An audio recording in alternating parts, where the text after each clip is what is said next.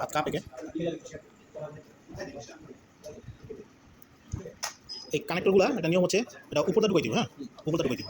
এটা হচ্ছে আমাদের অক্সিলারি, এখানে 4 সেট অক্সিলারি আছে। এই যে 1 2 3 এই 4, 4টা হচ্ছে আমার ট্রিপ সিগন্যাল 95 96 98।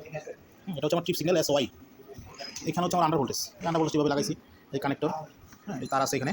এটাও সেম আমার এইটা উপরটা ঢুকাই দিব, আর কিছুই না। আর হচ্ছে তারপরে আমার প্রথমে কভারটা লাগাইতে হবে, ভিডিও করেন কভারটা লাগাই দিলাম। তারপরে ফ্রেমটা লাগাইতে হবে, এটা দিতে হবে। এটা দেওয়ার কারণ হচ্ছে ওই যে মোটরের যে অন অফ ইন্ডিকেটরটা সেটা এই করে। তারপরে এখানে স্ক্রু আছে, এটা লাগাইতে হবে। স্ক্রু স্কিপ করে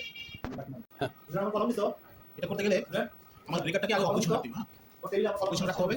আর এটাকে চার্জিং করতে হবে। চার্জিং করলে এই যে প্রিমিয়ামটা আমার এখানে আসবে, কারণ এটা এখানে ঢুকাইতে হবে। ঠিক আছে, এটা এখানে ঢুকাই দেবে, এটা এখানে আসবে। এখানে আসতে গেলে আমার এখন এটা ম্যানুয়ালি চার্জ করে নিতে হবে। আমি এখন ম্যানুয়ালি চার্জ করে নিচ্ছি।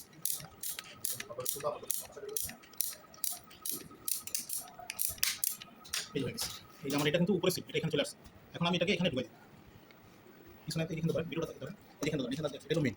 এই যে দেখেন, এই দেখেন, এই যে এখন আমি ব্রেকার নবটা ওই যে দেখেন ওই গ্রুপটার মধ্যে ঢুকাই দিছি। আমার খুব সুন্দর করে এখন বয়ে গেছে। ঠিক আছে, বয়ে গেছে। এখন আমার এখানে 4টা স্ক্রু আছে, 1 2 3 এই 4টা স্ক্রু আমি এখন লাগাই দেবো স্কিপ করে।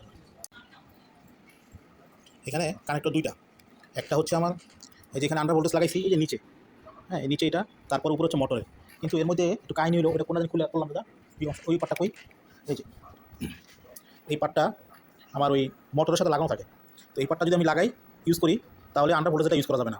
এখন এই পার্টটা আমি তখন ব্যবহার করবো যখন আন্ডার ভোল্টেজটা আমি যদি ইউজ না করি, তখন আমার এই পার্টটা লাগবে। এটা আমার এই মোটরের কানেক্টরের সাথে লাগানোই থাকে।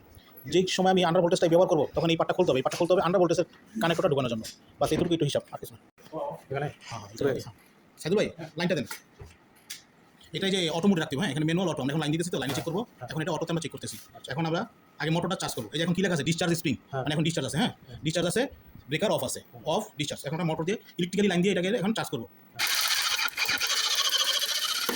চার্জ হয়ে গেছে, হ্যাঁ এখন চার্জ হয়ে গেছে আমাদের। এখন আমরা এটাকে অন করবো। দেখেন এখানে অফ আছে, এখন অন করবো, অন। ঠিক আছে, যেহেতু এটা আন্ডার ভোল্টেজ লাগানো আছে, এখন এটাকে পাওয়ার ফল করলেই এটা অফ হয়ে যাবে। ভাই লাইনটা বন্ধ করেন আপনি, দেখেন লাইনটা বন্ধ, অফ হয়ে গেছে। তার মানে charge on of all everything is okay. আরেকটা জিনিস, এটা ম্যানুয়ালি দেখি আমরা, হ্যাঁ এই যে এখন ম্যানুয়ালি দিই, ম্যানুয়ালি দিলাম, ম্যানুয়ালি দিয়ে লাইনটা অফ করছেন না, ছেড়ে দিলাম আমি, খুলে দেন লাইনটা, খুলে দেন। হ্যাঁ এই এখন আমরা ম্যানুয়ালি চার্জ করতেছি। ঠিক আছে, আমরা তো অটোতে দেখলাম, এখন ম্যানুয়ালি হয় কিনা দেখি। অনেক শক্তি লাগে, আমরা তো এটা খোলা অবস্থায় ব্রেকারটা লড়তেছে, হয়ে গেছে, হ্যাঁ স্প্রিং চার্জ। এখন এই যে আমি এটা অন করবো, অন অফ। ওই যে আন্ডার ভোল্টেজ লাগানো আছে, এই জন্য অন করার সাথে সাথে অফ হয়ে গেছে, কারণ এটাকে অ্যাক্টিভ করতে হলে আন্ডার ভোল্টেজটাকে অ্যাক্টিভ রাখতে হবে। ওকে আপনি লাগাই দেন, দেখেন স্পেস না, না কি হবে স্যার, না স্যার না